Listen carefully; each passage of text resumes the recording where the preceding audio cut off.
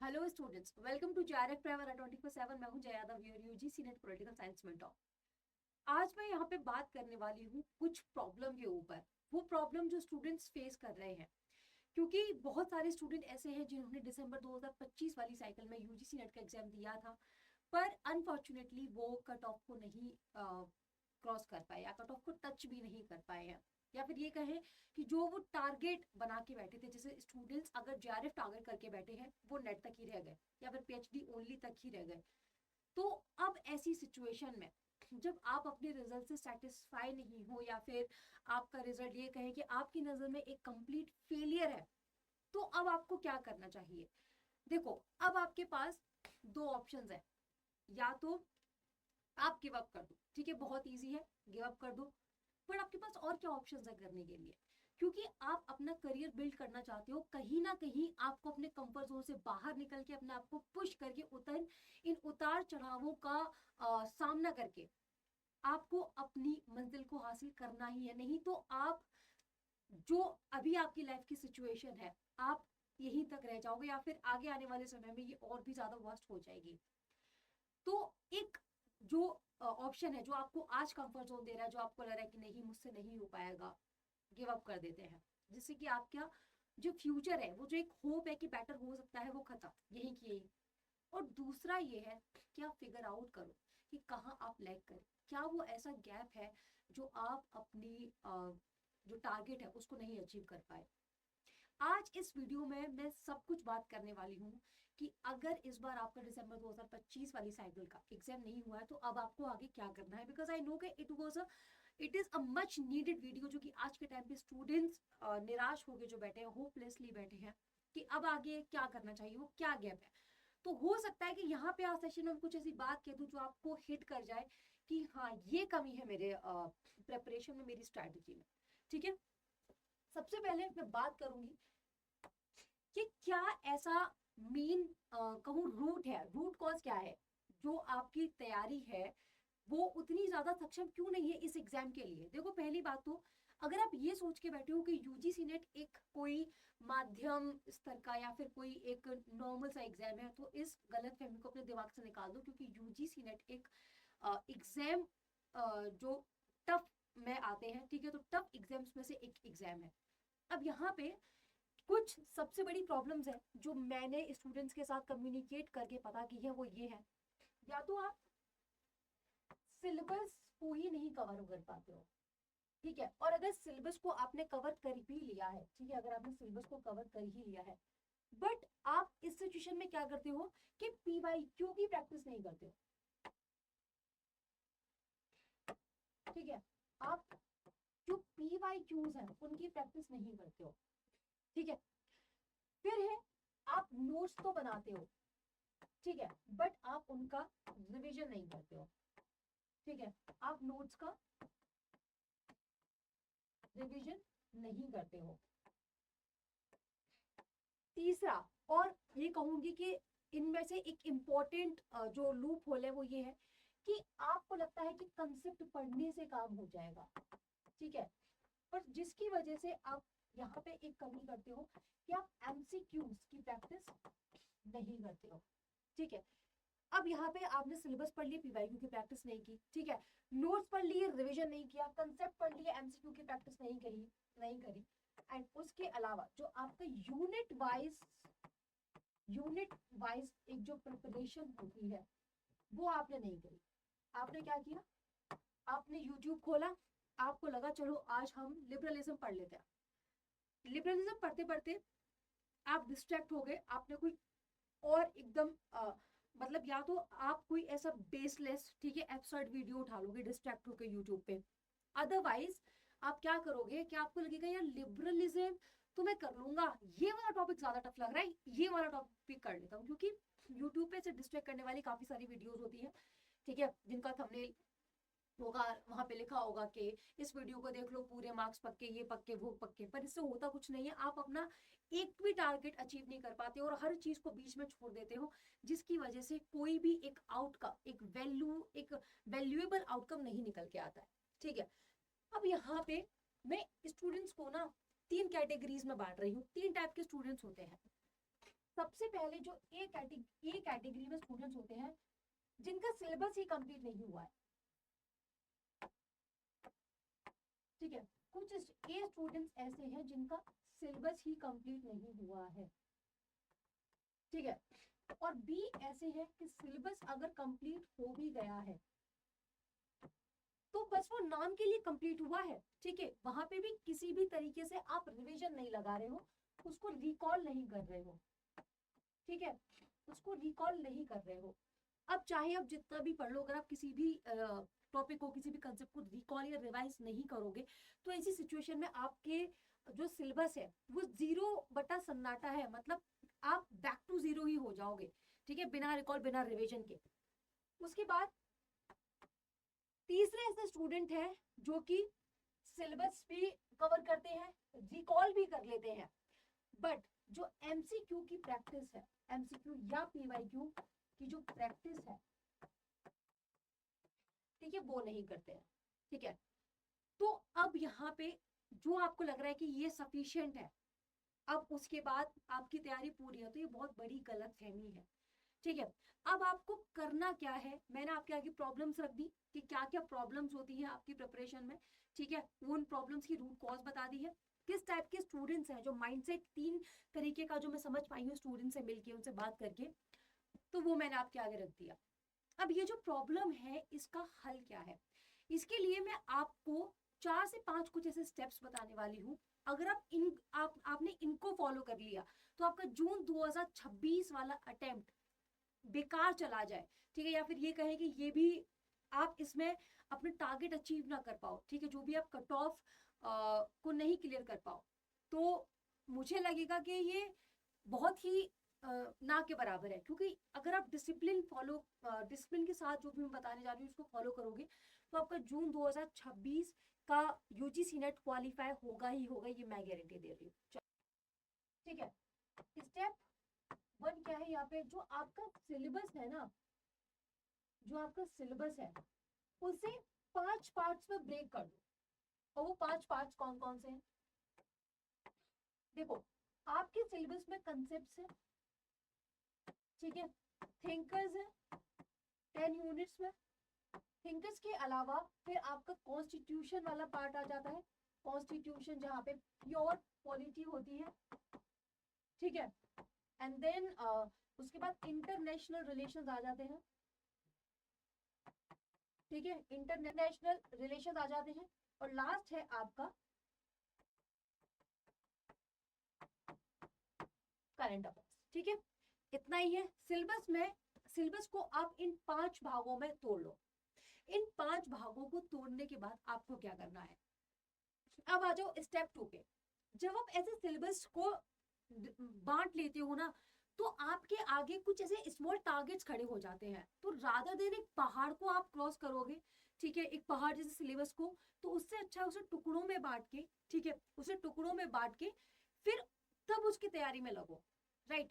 अब आपको ये भी सारे जो सिलेबस है जिसको आपने बांटा हुआ है, इसकी कैसे आके आपको मतलब प्रिपरेशन करनी, किस तरीके से इस सिलेबस को कवर करना है जो आपने बांटा हुआ है। स्टेप 2 पे आते हैं। स्टेप 2 ये होता है कि आप ना पीवाईक्यू बेस्ड प्रिपरेशन करो।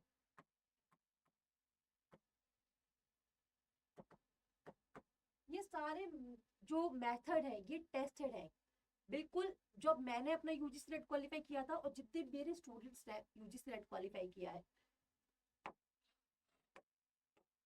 तो यहाँ पे पीवाईक्यू बेस्ड प्रिपरेशन करनी है। अब इसका मतलब क्या है, इसका मतलब है कि सबसे पहले स्टूडेंट्स ये गलती करते हैं कि पहले कंसेप्ट उठाते हैं उसके बाद पीवाईक्यू सॉल्व करते हैं। मैं कहूंगी उल्टा करो, सबसे पहले पीवाईक्यू उठाओ, ठीक है। पीवाईक्यूज को देखो कि किस टाइप के पीवाईक्यूज होते हैं, ठीक है। जैसे कि मान लो आप टॉपिक वाइज पीवाईक्यू सॉल्व करो जितना हो सकता है ना, तो अभी इन 6 पीरियड्स में पूरा फाइनल एक मॉक देने से अच्छा है एक पूरा कलेक्टिव पूरा यूनिट्स का एक मॉक या फिर क्वेश्चन को प्रैक्टिस करने से अच्छा है या यूनिट वाइज चलो या फिर टॉपिक वाइज चलो, ठीक है। अब यहाँ पे जब आप टॉपिक वाइज पीवाईक्यूज को सॉल्व करोगे उसके बाद आप कंसेप्ट के ऊपर जंप करो। इससे क्या होगा, जब भी आप किसी कंसेप्ट को पढ़ोगे तो आपको एग्जैक्टली पता होगा कि इससे किस टाइप के क्वेश्चंस आते हैं और मेरी अप्रोच क्या होनी चाहिए इस कंसेप्ट को कवर करने के लिए। ठीक है, तो ये हो गया आपका स्टेप 2। उसके बाद आते हैं स्टेप 3 पे। स्टेप 3 पे आपको क्या करना है,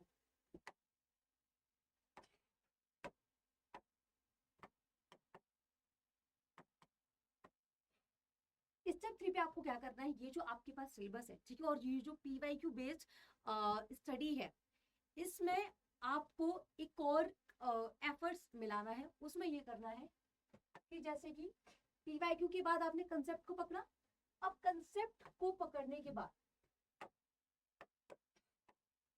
कंसेप्ट को पकड़ने के बाद उसके फिर एमसीक्यू सॉल्व करो। ठीक है, कि और उसके अराउंड किस टाइप के क्वेश्चंस आ सकते हैं। ठीक है, या फिर आप जब आप उससे रिलेटेड कोई क्वेश्चंस, बहुत सारे क्वेश्चंस सॉल्व करोगे तो आपको वो जो फैक्ट्स है वो दिमाग में अच्छे से लर्न हो जाएंगे। ठीक है, और आप एक तरीके से अपने आपको टेस्ट भी करते रहोगे कि जो भी आपने कंसेप्ट पढ़ा है उससे आप कितने सारे क्वेश्चन सॉल्व कर पा रहे हो, वेदर इट्स थ्योरी बेस्ड और whether it's pure fact based. ठीक है, फिर उसके बाद आपको क्या करना है, रिवीजन लगाना है। ठीक है, आपको पता चल गया कि आपने एमसीक्यू किया, आपको कितना आता है कितना नहीं आता। उसके बाद आपको रिवीजन लगाना है। फिर उसके बाद आपको एक मेगा टेस्ट मैं कहूंगी वो लगाना है। ठीक है, जैसे कि मान लो आपने यहाँ पे एक कंसेप्ट पढ़ा, उसके बाद सीधे एमसीक्यू किया। ठीक है, फिर दूसरा कंसेप्ट पढ़ा, फिर एमसीक्यू की प्रैक्टिस करा, फिर तीसरा करा, फिर एमसीक्यू की प्रैक्टिस किया। फिर उसके बाद आपको इन तीनों कंसेप्ट का एक मेगा टेस्ट लेना है खुद का। ठीक है, क्योंकि इन 6 महीनों में आपको सिर्फ पढ़ना नहीं है। ठीक है, ये पहले मैं आपको बता दूं कि जितने भी ऐसे स्टूडेंट्स हैं कि आपका यूजीसी नेट किसी नॉलेज को आप बहुत ज्यादा ले लोगे तो क्वालिफाई हो जाएगा, बिल्कुल ही गलत है। ठीक है, क्योंकि जो आपका यूजीसी नेट है ये नॉलेज से नहीं जाता, ये नॉलेज से नहीं निकलता है, ये निकलता है स्ट्रैटेजी से। और स्ट्रैटेजी जो मैं आपको पढ़ा रही हूँ, स्टूडेंट्स जो कि क्वालिफाई करके बैठे हो, और मैं ये इस स्ट्रैटेजी को फॉलो किया हुआ है। ठीक है, अब यहाँ पे मैंने आपको 3 स्टेप्स बता दिए हैं। अब बात करते हैं चौथे स्टेप की, जहां पे मैं इसको बोलूंगी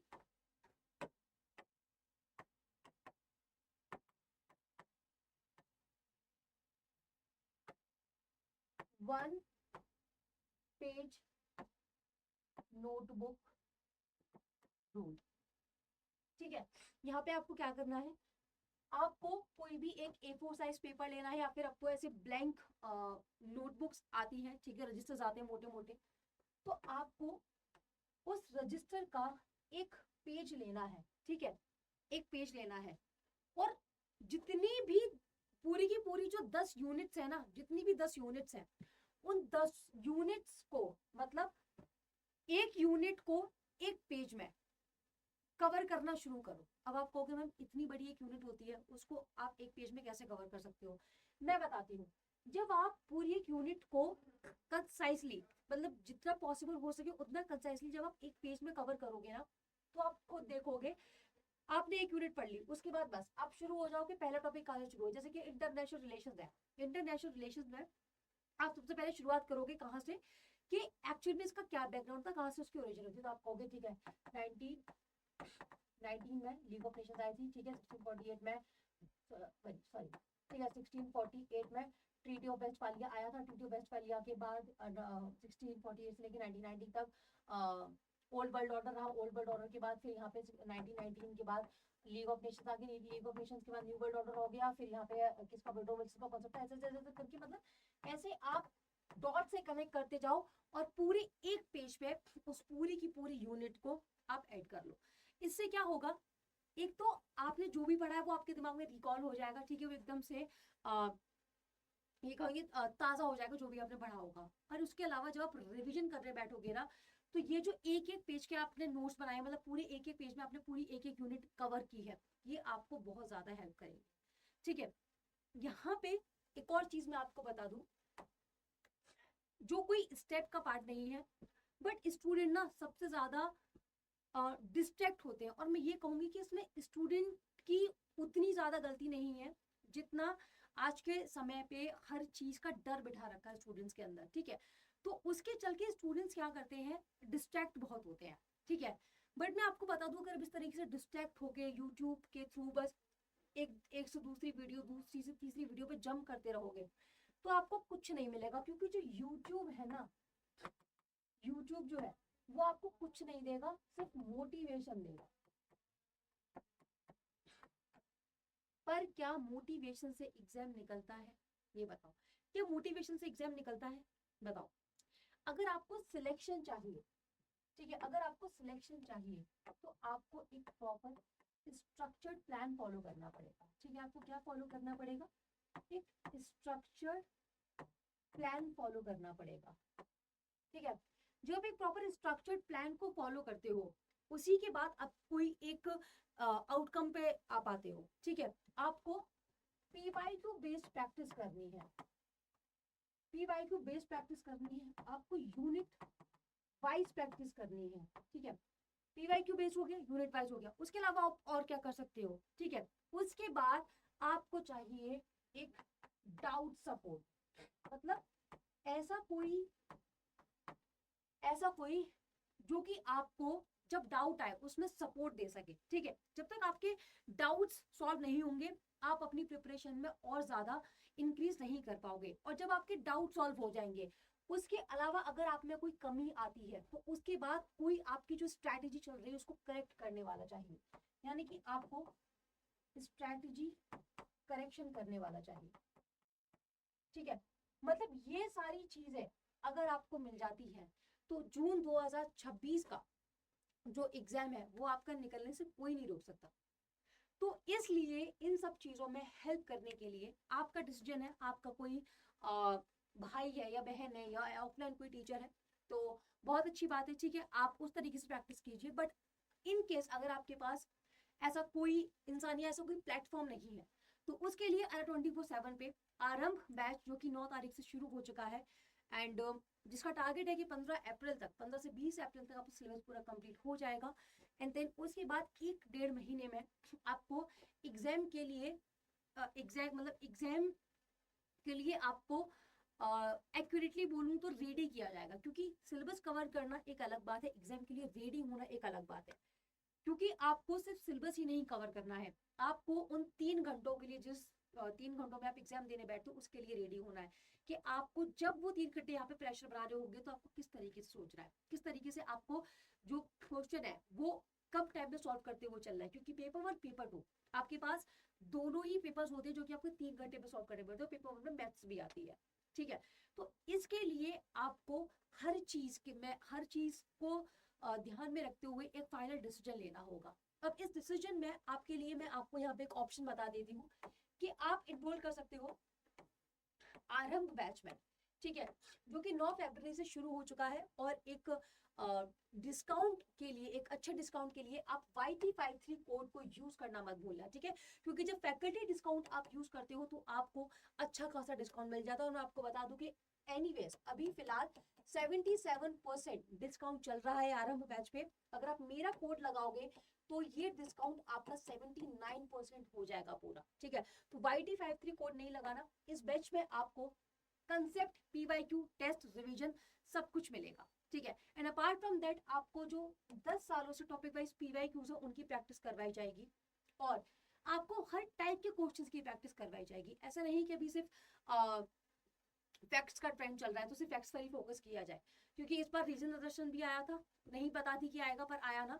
तो हमें हमारी तैयारी ऐसी ही रखनी है कि अगले आने वाले टाइम में जो हमारी प्रिपरेशन है वो ऐसी हो कि किसी भी टाइप के क्वेश्चन आ जाए हम उसको, मतलब उस पर हम खेल कर ही आए। तो मतलब statement, match, chronology, fact based सारे टाइप के जो क्वेश्चंस हैं हम उनकी प्रैक्टिस करेंगे। और इनफैक्ट जो हम नोट्स पढ़ेंगे वो भी सिलेबस बेस्ड तो है ही है, साथ में पीवाईक्यू बेस्ड भी है। ठीक है, और करंट ट्रेंड क्या है उस पर भी बेस्ड करते हैं। यहाँ पे आपको स्ट्रक्चर्ड पीडीएफ नोट्स मिलेंगे। अब यहाँ पे पीडीएफ नोट्स क्यों अलग है बाकी सबसे? क्योंकि जनरली ये जो पीडीएफ नोट्स है ये गूगल से कॉपी पेस्ट करके आपके लिए नहीं लेके आए जा रहे हैं, ये लेके आए जा रहे हैं, ठीक है, कुछ बुक्स से। ठीक है, जो कि अलग अलग बुक्स आप खरीदोगे क्योंकि आप ना सिर्फ एक प्रैक्टिस से, इन सब चीजों से एक सिलेबस नहीं कवर कर पाओगे। क्योंकि जो क्वेश्चंस है उनका लेवल आप चेक करो बहुत डेप्थ से आता है, तो उसके लिए आपको चाहिए अच्छी बुक्स। अब अच्छी बुक्स जब आप, एक एक बुक इतनी इतनी मोटी होती है, ठीक है, तो आप एक भी बुक पढ़ने बैठोगे उसमें एक तो इतना सारा लिखा होता है, आपको 6 महीने इसी में लग जाएंगे कि एग्जैक्टली आपको इसमें से आपके काम का क्या है। तो ठीक है, बट यहाँ पे ऑलरेडी आपको उन गुड बुक्स का जो एग्जैक्टली आपकी यूजीसी नेट एग्जाम पेपर को क्वालिफाई करने में जो डिटेल्स हेल्प करेंगी वो आपको यहाँ पे मिलेंगी। इसके अलावा किस टाइप से पीवाईक्यूज आते हैं उनके ऊपर उन पर बेस्ड आपको डेटा मिलेगा। एंड थर्ड एंड लीस्ट, जो भी आपकी फैकल्टी है, दैट मीन्स मी, जो मेरा एक्सपीरियंस कहा है कि किस टाइप से और टाइप के क्वेश्चन आ सकते हैं, किस लेवल को टच कर सकता है, मतलब एक गाइडेड नोट्स आपको पूरे मिलेंगे।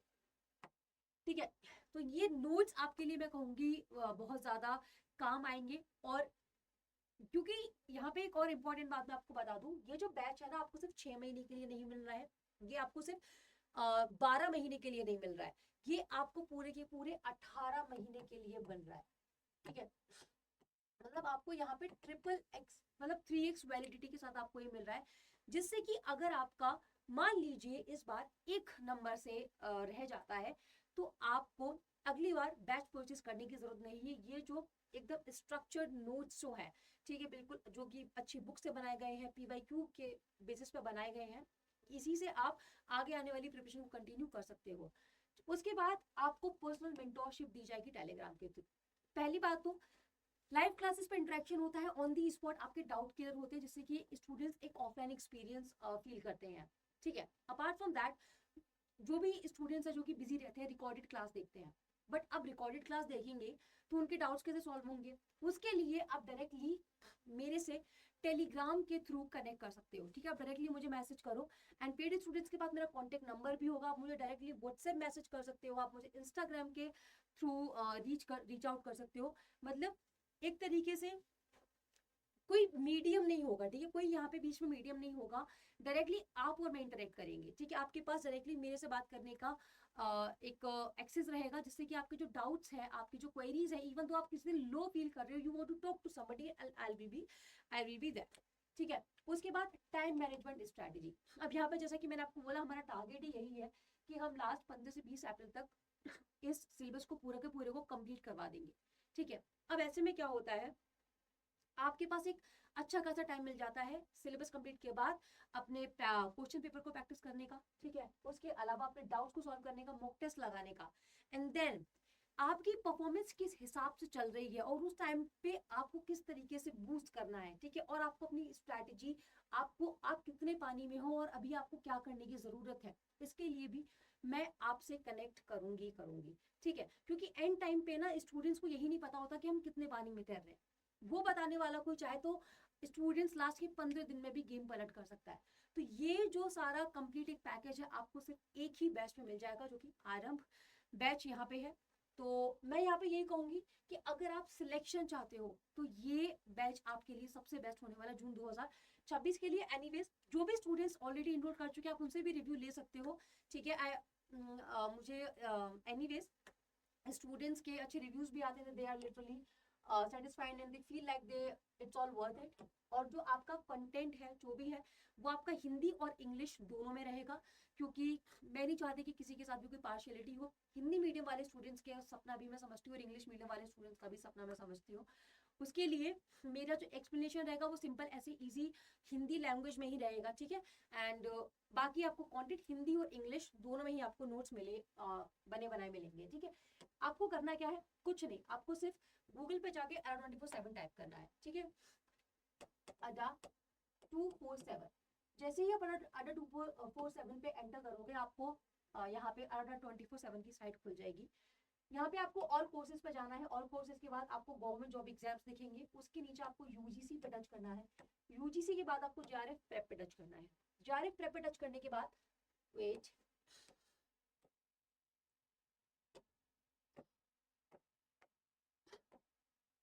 ठीक है, जेआरएफ पे टच करने के बाद आपको यहाँ पे आरंभ बैच दिख जाएगा एंड जेआरएफ सिलेक्शन पैक दिख जाएगा।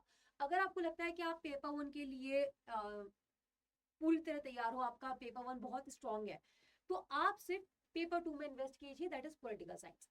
अगर आपको लगता है कि आपको पेपर 1 और पेपर 2 दोनों में ही आपको कॉन्फिडेंस नहीं आ रहा, क्योंकि अगर आपको एग्जाम क्वालिफाई करना है तो दोनों ही एग्जाम्स में आपको अच्छा परफॉर्म करना पड़ेगा। ठीक है, पेपर 1 और पेपर 2 दोनों ही पेपर्स में आपको अच्छा परफॉर्म करना पड़ेगा। तो सपोज अगर आपको कंप्लीट प्रिपरेशन चाहिए तो आपको जेआरएफ सिलेक्शन पैक पे टच करना है, बाय नाउ पे जाना है। बाय नाउ के बाद आपको यहाँ पे एंटर कूपन कोड करने को आएगा, जहाँ पे आपको मेरा कूपन कोड YT53, ठीक है, YT53 आपको यहाँ पे टाइप करना है और अप्लाई कर देना है। अप्लाई करते ही ये डिस्काउंट आपको मिल जाएगा 6299, ठीक है, 6299 रुपए का आपको ये बैच मिलेगा। इन पेमेंट मेथड्स के थ्रू आप पेमेंट कर सकते हो, UPI, credit card, debit card, net banking, EMI, ये सारे मेथड्स हैं। जो भी आपको कन्वीनियंट लगे आप यहाँ पे पे कर लो। 79%, ठीक है, ये जो YT53 है ये आपको 79% डिस्काउंट देगा, ठीक है। और दोनों ही बैचेस को खरीदने का जो प्रोसेस है सेम है, ये मैंने आपको पेपर 1 पेपर 2 करके दिखाया है। अगर आप आरंभ बैच करना चाहते हो तो आरंभ बैच के लिए आप सीधे आरंभ बैच पर टच करो, यहाँ पे बाय नाउ करो, यहाँ पे कूपन कोड डालो, दैट इज YT53, और यहाँ पे भी आपको अच्छा खासा जो डिस्काउंट है वो मिल जाएगा, ठीक है। सिर्फ 4577 रुपए का आपको ये बैच पड़ेगा।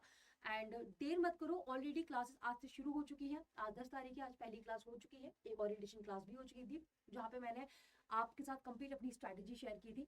तो मैं यही कहूंगी कि आपका डिसीजन है, आपको क्या लगता है, क्या आप सेल्फ स्टडी से एक और बार रिस्क लेना चाहोगे, क्या आप अपना टाइम और वेस्ट करना चाहोगे, ठीक है, या फिर आप फाइनली इस बार एक मेंटोर को फॉलो करना चाहोगे, ठीक है, जो कि गारंटी ले रहा है कि आपका जो सिलेक्शन है वो करवा के ही देगा। देखो एनीवेज अगर आप बिल्कुल ही इस बदतमीजी पे आ जाओ कि मैं आपको पढ़ा रही हूँ, आप रिवीजन नहीं कर रहे हो, ठीक है, आप अपनी तरफ से बिल्कुल लो एफर्ट्स और जीरो एफर्ट्स दे रहे हो, तो ऐसे में कोई मेंटोर गारंटी नहीं देगा। बट यस, जितना मैं आपको पढ़ा रही हूँ, अगर आप उसको सीरियसली पढ़ रहे हो, ठीक है, अपनी तरफ से जो मैं बोल रही हूँ उसको प्रैक्टिस कर रहे हो, तो डेफिनेटली आपका जेआरएफ निकलेगा ही निकलेगा।